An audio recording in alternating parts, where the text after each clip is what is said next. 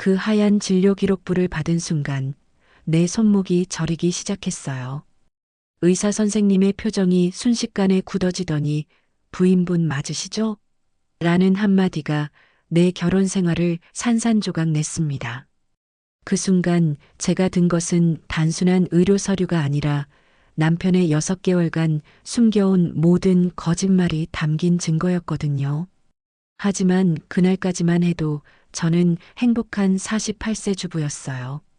두 아이를 키우며 20년째 같은 동네에서 살고 있는 평범한 가정주부 말이에요. 남편은 대기업 과장으로 성실했고 고3인 큰딸과 중2인 둘째 아들과 함께 누구보다 화목한 가정을 꾸리고 있다고 믿었거든요.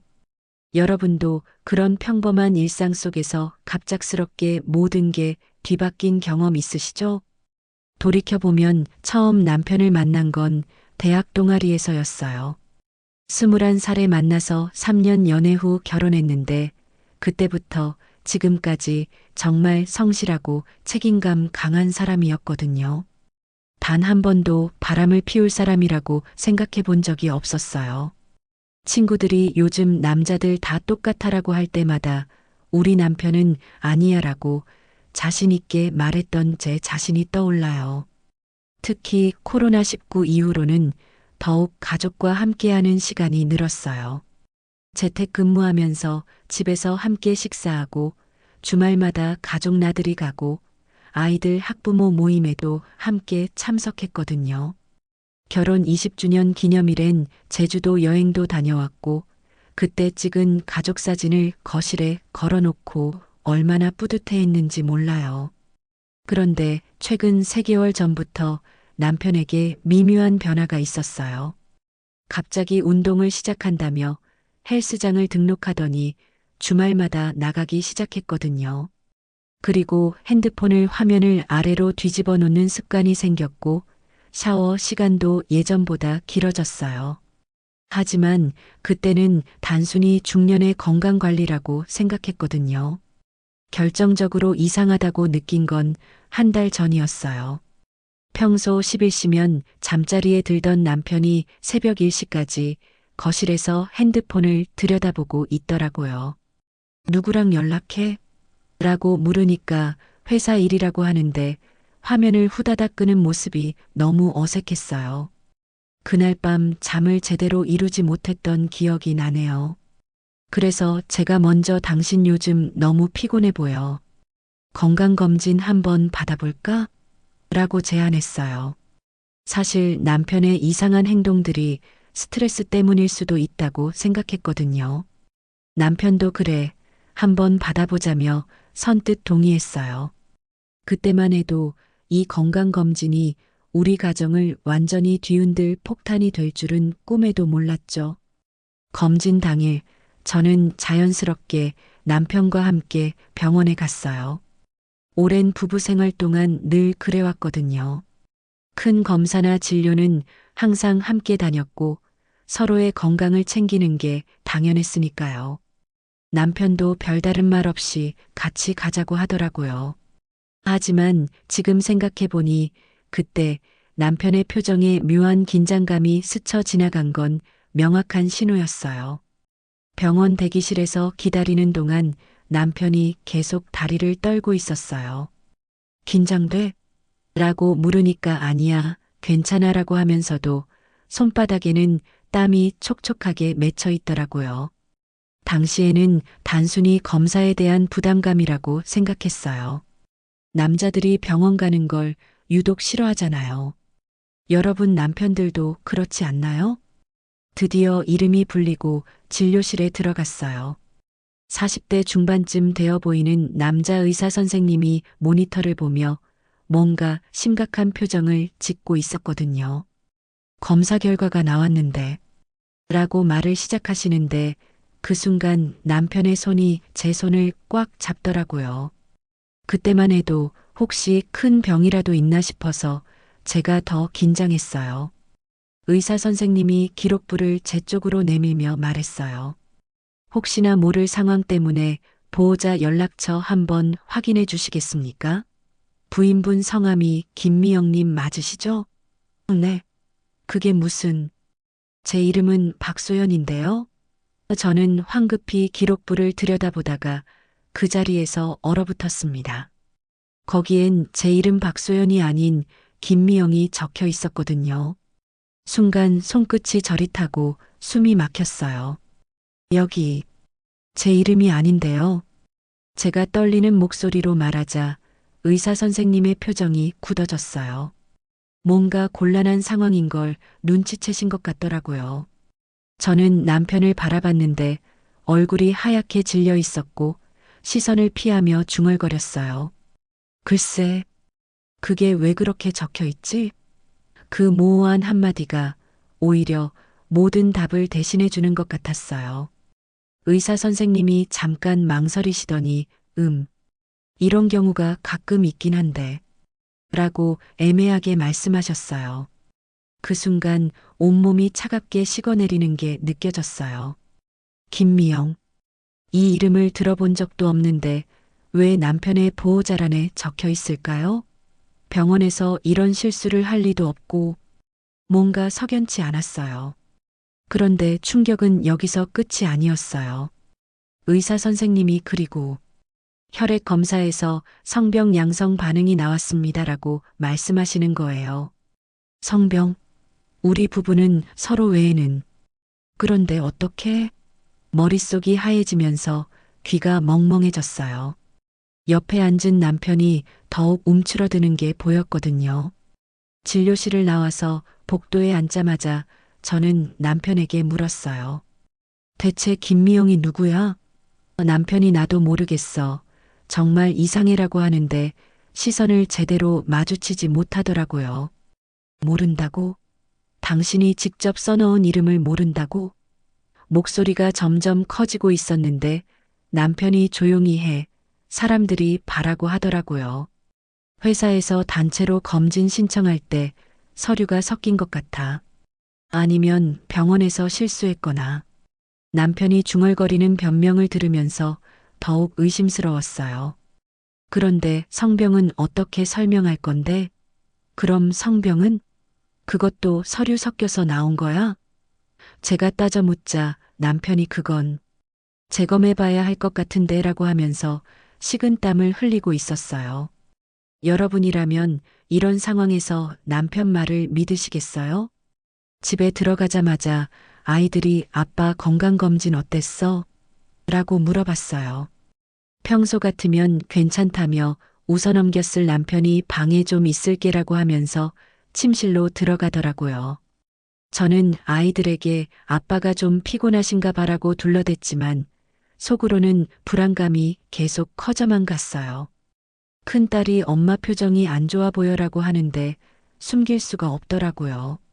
저녁을 먹고 아이들이 각자 방에 들어간 후 남편에게 다시 물어봤어요. 정말 어떻게 된 거야? 성병이 어디서 나온 거야? 남편이 소파에 앉아서 머리를 감싸쥐고 있더니 나도 모르겠어. 정말 모르겠어라고 계속 반복하는 거예요. 하지만 그 목소리에 확신이 전혀 없었어요. 뭔가 숨기고 있다는 게 너무 명확했거든요. 그때 신우이에게서 전화가 왔어요. 오빠 요즘 어때? 며칠 전에 전화했을 때 목소리가 이상하더라고 하는 거예요. 신우이는 평소에 남편과 일주일에 한 번씩 안부 전화를 하는데 오빠가 뭔가 고민이 있어 보였어라고 하더라고요. 그 순간 저만 모르고 있는 게 있다는 생각이 들었어요. 가족들도 남편의 변화를 느끼고 있었다는 거죠. 전화를 끊고 나서 남편의 최근 몇 달을 다시 떠올려 봤어요. 갑작스러운 운동, 늦은 귀가, 핸드폰 사용 패턴 변화, 그리고 무엇보다 저와의 스킨십이 현저히 줄어든 것도요. 피곤하다, 스트레스 받는다는 핑계로 한 달에 한두 번도 안 했거든요. 오랜 부부 생활에서 이런 적은 처음이었는데 왜 그때는 단순히 나이 탓이라고 생각했을까요? 그날 밤 남편이 샤워하러 들어간 사이 거실 테이블에 놓인 핸드폰을 봤어요. 평생 남편 핸드폰을 몰래 본 적이 없었는데 그날은 정말 견딜 수가 없었거든요. 하지만 비밀번호가 바뀌어 있었어요. 예전에는 제 생일이었는데 언제 바뀐 거죠? 손가락이 떨리면서 몇 번 시도해 봤지만 계속 틀렸다고 나오더라고요. 남편이 샤워를 마치고 나왔을 때 제가 핸드폰 근처에 서 있는 걸 봤어요. 뭐해? 라고 묻는 목소리가 평소보다 예민하더라고요. 그냥 물 가져다 주려고라고 둘러댔는데 남편이 핸드폰을 후다닥 집어가면서 고마워라고 하는 모습이 너무 어색했어요. 그 순간 확신했죠. 분명 뭔가 숨기고 있다고. 이틀 후 남편 회사 동료 부인과 우연히 마트에서 만났어요. 평소 친하게 지내던 김 과장님 부인이었는데 요즘 우리 남편이 자기 회사에 새로 온 여자 직원 얘기를 자주 해요라고 하는 거예요. 그 여자가 되게 예쁘고 일도 잘한다고, 회식 때도 분위기를 잘 띄운다고. 그 말을 들으면서 가슴이 철렁 내려앉았어요. 혹시 그 여자와 우리 남편이? 여러분도 그런 경험 있으시죠?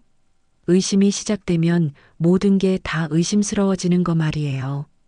집에 와서 남편에게 회사에 새로운 여직원이 있다며? 라고 슬쩍 물어봤더니 아, 그냥 신입이야 라고 대충 넘어가려고 하더라고요. 이름이 뭐야? 나이는 몇 살이야? 라고 계속 물으니까 왜 그렇게 자세히 물어? 라며 오히려 짜증을 내는 거예요. 그 주말 남편이 또 헬스장 간다며 나갔어요. 평소라면 그냥 보냈을 텐데 그날은 정말 견딜 수가 없어서 남편 차를 따라가 봤거든요. 20년 만에 처음 하는 일이었는데 정말 헬스장에 갔더라고요. 하지만 일시간 만에 나와서 바로 근처 카페로 들어가는 거예요. 그리고 5분 후 젊은 여자 한 명이 그 카페로 들어가는 걸 봤어요. 차 안에서 30분을 기다렸는데 둘이 나오지 않더라고요. 견딜 수가 없어서 카페에 들어갔어요. 구석진 자리에 앉아서 주변을 둘러보니 저 멀리 남편이 젊은 여자와 마주 앉아 있는 게 보였어요. 그 여자는 정말 예뻤어요. 20대 후반쯤 되어 보이는 긴 머리의 여자가 남편과 손을 잡고 웃고 있더라고요. 그 순간 온몸이 얼어붙었어요. 카페에서 나와 차 안에서 한참을 울었어요. 그리고 지난 몇 달을 다시 정리해 봤거든요. 남편이 회사 회식이라며 늦게 들어온 날들, 출장이라며 하루 종일 연락이 안 된 날들, 갑자기 옷차림에 신경 쓰기 시작한 것들, 모든 퍼즐이 맞춰지기 시작했어요. 어떻게 이렇게 바보같이 속고만 있었을까요? 그날 밤 남편이 들어왔을 때 자세히 봤더니 목에 작은 상처 자국이 있었어요. 이거 뭐야? 라고 물으니까 운동하다가 긁힌 거야 라고 하는데 그게 손톱 자국 같았거든요. 그리고 평소 안 쓰던 향수 냄새도 났어요. 미묘하지만 분명히 여자 향수 냄새였어요. 코끝이 찡하면서 눈물이 나려고 했지만 꾹 참았어요. 다음 날 남편이 출근한 후 서랍을 뒤져봤어요. 평생 남편 물건을 뒤진 적 없었는데 그날은 정말 미칠 것 같았거든요. 양복 주머니에서 영수증 하나를 발견했는데 고급 레스토랑에서 2인분을 결제한 거였어요. 그런데 그날은 제가 아이들과 집에서 라면 먹은 날이었거든요. 남편은 야근한다고 했었는데 영수증을 보면서 정말 숨이 막혔어요.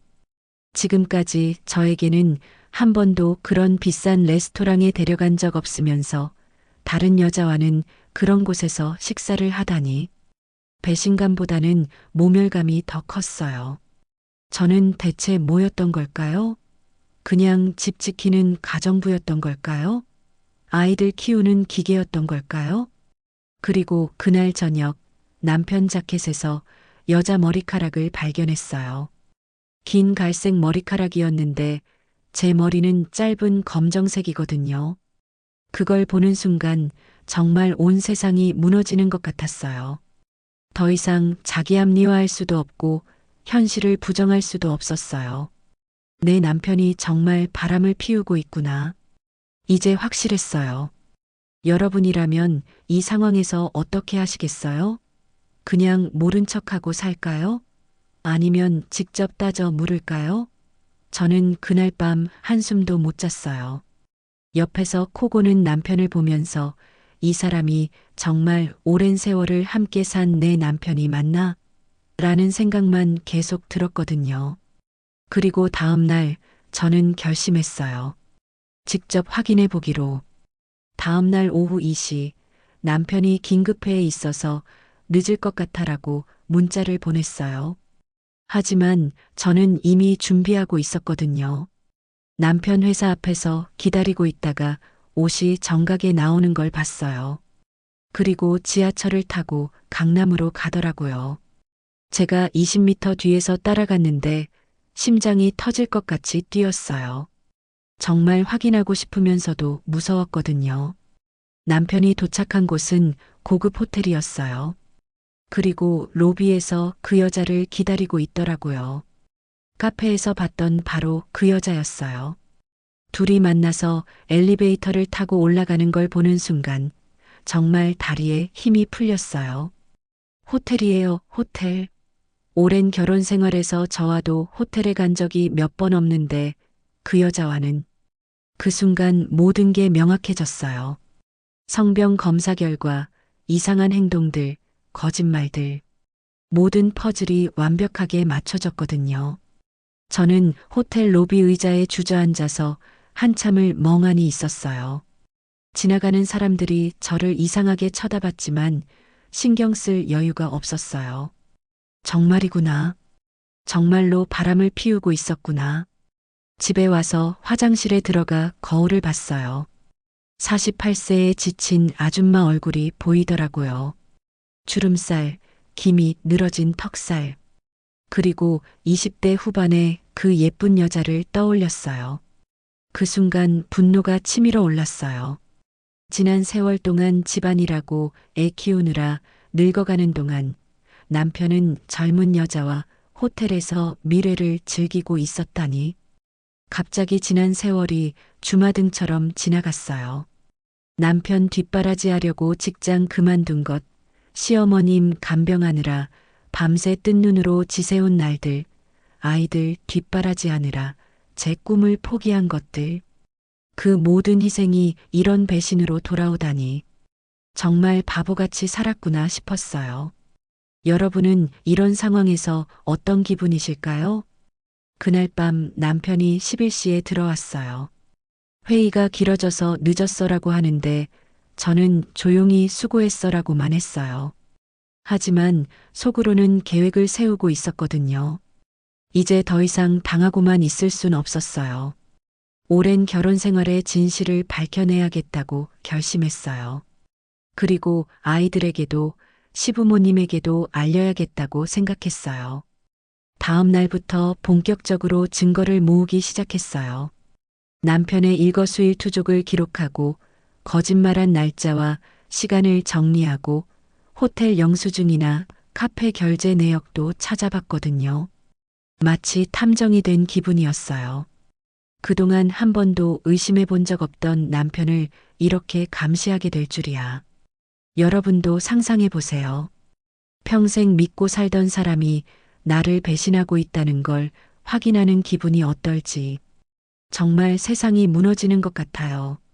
하지만 저는 이제 결심했어요. 더 이상 바보처럼 당하고 살지 않겠다고. 그리고 일주일 후 제가 준비한 모든 것들이 폭발하는 날이 왔어요. 그날의 일을 생각하면 지금도 손이 떨려요. 토요일 저녁 남편이 또 회사 사람들과 저녁 약속 있어라며 나가려고 했어요. 하지만 이번에는 제가 먼저 말했거든요. 나도 같이 갈래. 오랜만에 당신 동료들 얼굴도 보고 싶고. 남편이 당황하는 표정을 지으며 괜찮아. 그냥 남자들끼리. 라고 하는데 저는 아니야. 오늘은 꼭 가고 싶어라고 고집을 부렸어요. 결국 남편과 함께 나갔는데 예상대로 회사 동료들과의 약속은 거짓말이었어요. 남편이 택시를 타고 간 곳은 지난번 그 고급 레스토랑이었거든요. 저는 다른 택시를 타고 따라갔어요. 레스토랑 앞에서 보니 남편이 그 여자와 손을 잡고 들어가는 게 보였어요. 이제 정말 결판을 내야 할 때가 왔다고 생각했어요. 레스토랑에 들어가서 둘러보니 구석진 테이블에 남편과 그 여자가 앉아 있었어요. 와인을 마시며 뭔가 진지하게 이야기하고 있더라고요. 저는 심호흡을 한번 크게 하고 그들 테이블로 걸어갔어요. 오랜 결혼 생활에서 가장 용기가 필요한 순간이었어요. 남편이 저를 보는 순간 얼굴이 새하얘지는 게 보였거든요. 여보, 여기서 뭐해? 라고 남편이 떨리는 목소리로 물었어요. 저는 그 여자를 똑바로 쳐다보며 안녕하세요. 저는 이 사람 아내예요. 오랜 세월을 함께한 아내 말이에요라고 말했거든요. 그 여자가 당황해서 일어나려고 하는데 저는 앉아 계세요. 할 말이 있어요라고 했어요. 레스토랑 안이 갑자기 조용해졌어요. 언제부터였어요? 라고 제가 물었어요. 남편이 여보, 여기서 이러지 말고 라고 하는데 저는 대답해요. 언제부터 이 여자와 만났어요? 라고 큰 소리로 물었거든요. 주변 테이블 사람들이 모두 저희를 쳐다봤지만 상관없었어요. 그동안 참았던 게 한 번에 터져 나오는 것 같았어요. 그 여자가 죄송해요. 저는 몰랐어요. 라고 하는데 저는 몰랐다고요? 결혼 반지 끼고 다니는 남자와 호텔에 가면서 몰랐다고요? 라고 소리쳤어요. 남편이 조용히 해 사람들이 다 봐라고 하니까 저는 보라고 하는 거예요. 오랜 세월 동안 바보같이 속고 산 아내가 여기 있다고 라고 더 크게 소리쳤거든요. 레스토랑 매니저가 와서 조용히 해달라고 했지만 저는 멈출 수가 없었어요. 이 남자가 성병까지 옮겨놨어요. 오랜 결혼 생활에서 이런 모욕을 당해야 해요? 라고 소리치니까 주변 사람들이 웅성웅성하기 시작했어요. 그 여자는 얼굴이 빨개져서 가방을 들고 뛰쳐나갔어요. 남편도 집에 가서 얘기하자며 저를 끌고 나가려고 했어요. 집으로 오는 택시 안에서 남편이 미쳤어? 사람들 앞에서 왜 그래? 라고 화를 내더라고요. 그런데 저는 오히려 시원했어요. 지금까지 한 번도 큰 소리 내본 적 없던 제가 드디어 제 목소리를 낸 거였거든요. 이제 시작이야라고 중얼거렸는데 남편이 뭐라고? 라고 물어도 대답하지 않았어요. 여러분도 그런 순간이 있으셨나요? 모든 걸 쏟아내고 싶은. 집에 도착하자마자 큰딸이 엄마, 아빠 왜 그래? 얼굴이 이상해라고 물었어요. 저는 거실로 나와. 아빠랑 엄마가 중요한 얘기할 게 있어라고 했어요. 둘째도 게임을 멈추고 나왔고 온 가족이 소파에 앉았거든요.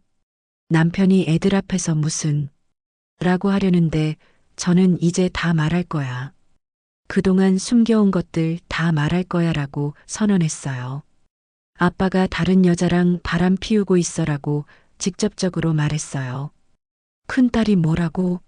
하며 일어나고 둘째는 그게 무슨 소리야? 라고 하더라고요. 남편이 애들 앞에서 이러지 말라고 라고 소리쳤지만 저는 애들이 알아야 해. 아빠가 어떤 사람인지 라고 더 큰 소리로 외쳤어요. 그 순간 온 집안이 아수라장이 되었어요. 큰딸이 아빠 정말이야? 라고 울먹이며 물었는데 남편이 대답을 못하고 있더라고요. 그러자 딸이 대답해요.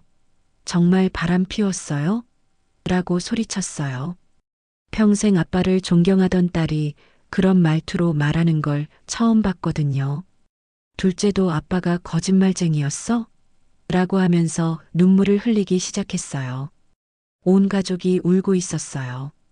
바로 그때 시어머님이 갑자기 오셨어요. 평소에 열쇠를 맡겨드렸는데 큰 소리가 나니까 걱정되어 오신 거였거든요. 저는 시어머님께도 모든 걸 다 말씀드렸어요. 어머님, 아들분이 바람 피우고 성병까지 옮겼어요. 시어머님이 뭔 소리야? 라고 하시는데 저는 진료 기록부를 가져와서 보여드렸어요. 그 순간 시어머님의 얼굴이 완전히 굳어지더라고요.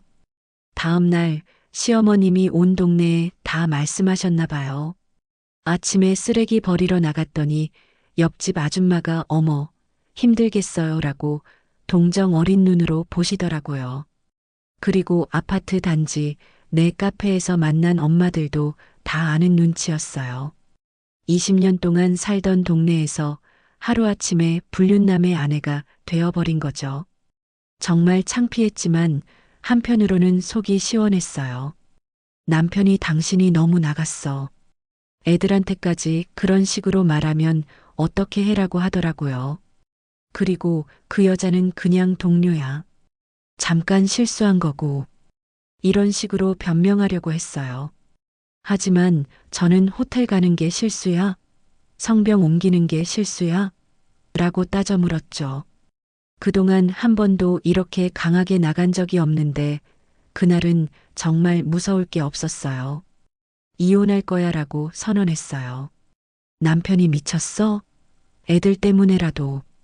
라고 하는데 저는 애들한테 거짓말쟁이 아빠를 보여주는 게 더 나쁜 교육이야 라고 말했어요. 큰딸이 엄마가 맞아. 나도 아빠랑 같이 살기 싫어라고 하더라고요. 그 말을 듣는 남편의 표정을 보니까 조금 불쌍하긴 했지만 이미 돌이킬 수 없었어요. 그날부터 본격적으로 이혼 준비를 시작했어요. 혼자서는 막막해서 변호사 상담을 받아보기로 했어요. 수십 년 만에 처음으로 제 인생을 제가 결정하는 거였거든요. 무섭기도 했지만 한편으로는 해방감도 들었어요. 여러분도 그런 순간 있으셨나요? 모든 걸 버리고 새로 시작하고 싶은 마음? 남편이 집을 나간 지 일주일 후 정말 조용해졌어요. 그동안 누군가를 위해 밥 차려주고 빨래하고 청소하는 게 당연했는데 갑자기 저만을 위한 시간이 생긴 거예요. 처음에는 너무 어색했어요. 저녁 6시가 되어도 뭘 해야 할지 몰라서 멍하니 앉아있기도 하고 밤에 혼자 있으니까 무섭기도 했거든요. 하지만 현실은 녹록하지 않았어요. 수십 년 동안 전업주부로 살아서 딱히 기술도 없고 나이는 48세고 취업이 쉽지 않더라고요. 이혼 재산 분할로 어느 정도 받을 수는 있겠지만 앞으로 혼자 살아가려면 일을 해야 했거든요. 처음으로 내가 뭘 할 수 있지? 라고 진지하게 고민해 봤어요. 큰딸이 엄마 괜찮아? 혼자 살기 무서우면 내가 대학 안 가고 취업할게라고 하더라고요. 고3인데 제 걱정을 해주는 딸을 보니까 눈물이 났어요. 아니야, 엄마는 괜찮으니까 너는 대학 잘 가라고 했지만 속으로는 정말 고마웠어요. 둘째도 엄마가 행복하면 나도 좋아라고 하면서 위로해 주더라고요. 한 달 후에 동네 마트에서 계산원 일자리를 구했어요. 시급 9,000원이었지만 수십 년 만에 제 이름으로 받는 첫 월급이었거든요. 첫 월급날 통장에서 120만 원을 확인했을 때의 그 기분을 잊을 수가 없어요. 남편한테 받던 생활비보다는 훨씬 적었지만 제가 직접 번 돈이라서 더 소중했어요. 일하면서 만난 동료들이 48세에 새로 시작하시는 거예요? 대단하세요라고 하더라고요. 20대 젊은 친구들도 이모, 진짜 멋져요. 저도 나중에 이모처럼 용기 있게 살고 싶어요라고 하고 그동안 그냥 누군가의 아내, 누군가의 엄마로만 살아왔는데 처음으로 저 자신으로 인정받는 기분이었어요. 거울을 보는 것도 달라졌어요.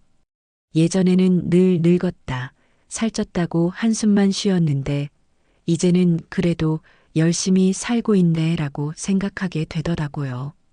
48세의 제 얼굴에서 새로운 활력을 발견한 거예요. 무엇보다 거짓말하지 않아도 되는 삶이 이렇게 편안한 줄 몰랐어요. 동네 사람들의 시선도 처음엔 부담스러웠지만 시간이 지나면서 오히려 응원해 주시는 분들이 더 많다는 걸 알았어요. 혼자서도 잘 살고 있네. 애들도 잘 키웠고라고 말씀해 주시더라고요. 그리고 비슷한 경험을 한 이혼 여성들과도 만나게 되면서 제가 혼자가 아니라는 걸 깨달았어요. 1년이 지난 지금 저는 확실히 달라졌어요. 예전보다 목소리도 커졌고 결정력도 생겼고 무엇보다 거짓 없는 삶을 살고 있어요. 물론 경제적으로는 여전히 어렵고 가끔 외로울 때도 있지만 배신당하는 살보다는 훨씬 낫다고 생각해요. 여러분도 그렇지 않나요? 진짜 행복은 진실한 관계에서만 나올 수 있다고. 2년째 접어들면서 저는 마트 계산원에서 매장 관리로 승진했어요.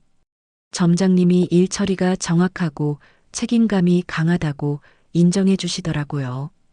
그동안 집안일로 쌓은 경험들이 직장에서도 빛을 발한 거예요. 살림살이 꼼꼼히 챙기던 습관, 아이들 스케줄 관리하던 능력들이 모두 업무에 도움이 되었거든요. 그때 깨달았어요.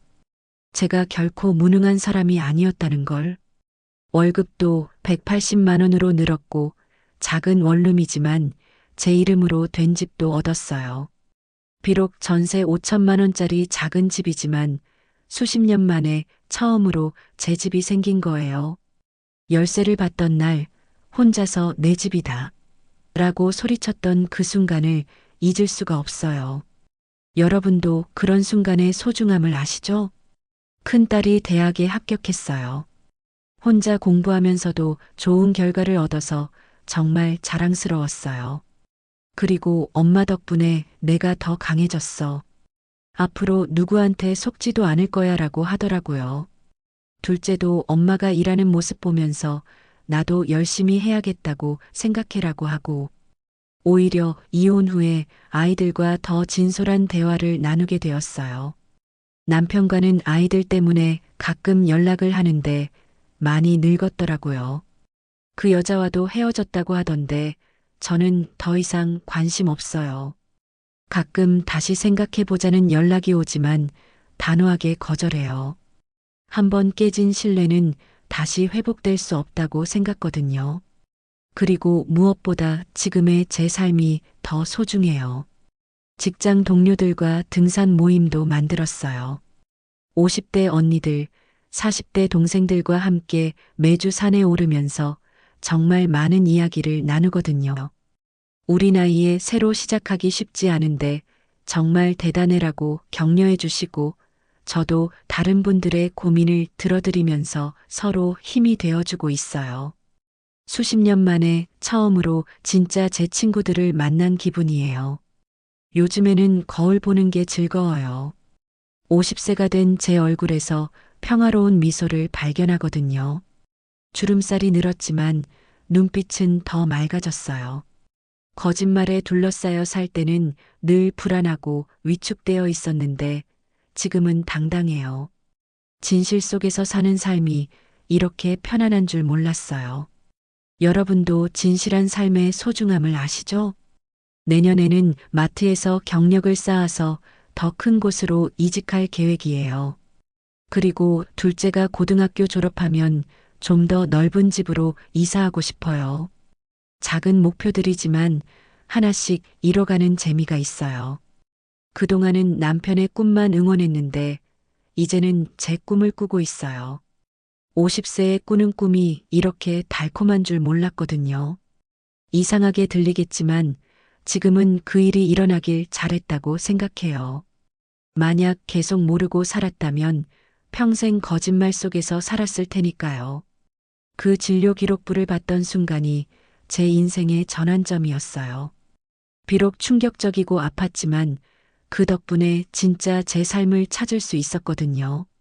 때로는 아픈 진실이 달콤한 거짓말보다 훨씬 가치 있다고 생각해요. 비슷한 상황에 있는 분들께 말씀드리고 싶어요. 나이가 많다고, 경력이 없다고, 혼자라고 포기하지 마세요. 저도 48세에 완전히 새로 시작했는데 지금 이렇게 잘 살고 있어요. 처음에는 무섭고 막막했지만 한 걸음씩 나아가다 보니 어느새 여기까지 왔더라고요. 여러분도 충분히 할 수 있어요. 요즘 제 하루는 이래요. 아침 6시에 일어나서 간단히 운동하고 7시에 아침 먹고 8시에 출근해요. 점심시간에는 동료들과 수다 떨고 퇴근 후에는 둘째와 저녁 먹으면서 학교 이야기 듣고 정말 평범한 일상이지만 거짓말이 없어서 너무 편하네요. 작은 행복들이 이렇게 소중한 줄 몰랐어요. 가끔 사람들이 재혼 생각 없어? 라고 물어보는데 아직은 잘 모르겠어요. 혼자 사는 것도 나쁘지 않거든요. 만약 누군가를 만나게 된다면 이번에는 진짜 진실한 사람이어야겠어요. 거짓말하지 않고 저를 있는 그대로 사랑해줄 수 있는 사람 말이에요.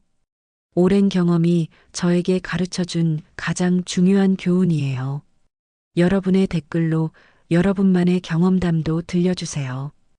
혹시 지금 저와 비슷한 상황에 계신 분이 있다면 혼자가 아니라는 걸 기억해 주세요. 그리고 진실은 아프지만 결국 우리를 자유롭게 해준다는 것도 기억해 주세요. 나이가 몇 살이든 어떤 상황이든 새로운 시작은 언제나 가능해요. 저처럼요. 그 의사 선생님의 부인분 맞으시죠? 라는 한마디가 제 인생을 완전히 바꿔놨어요.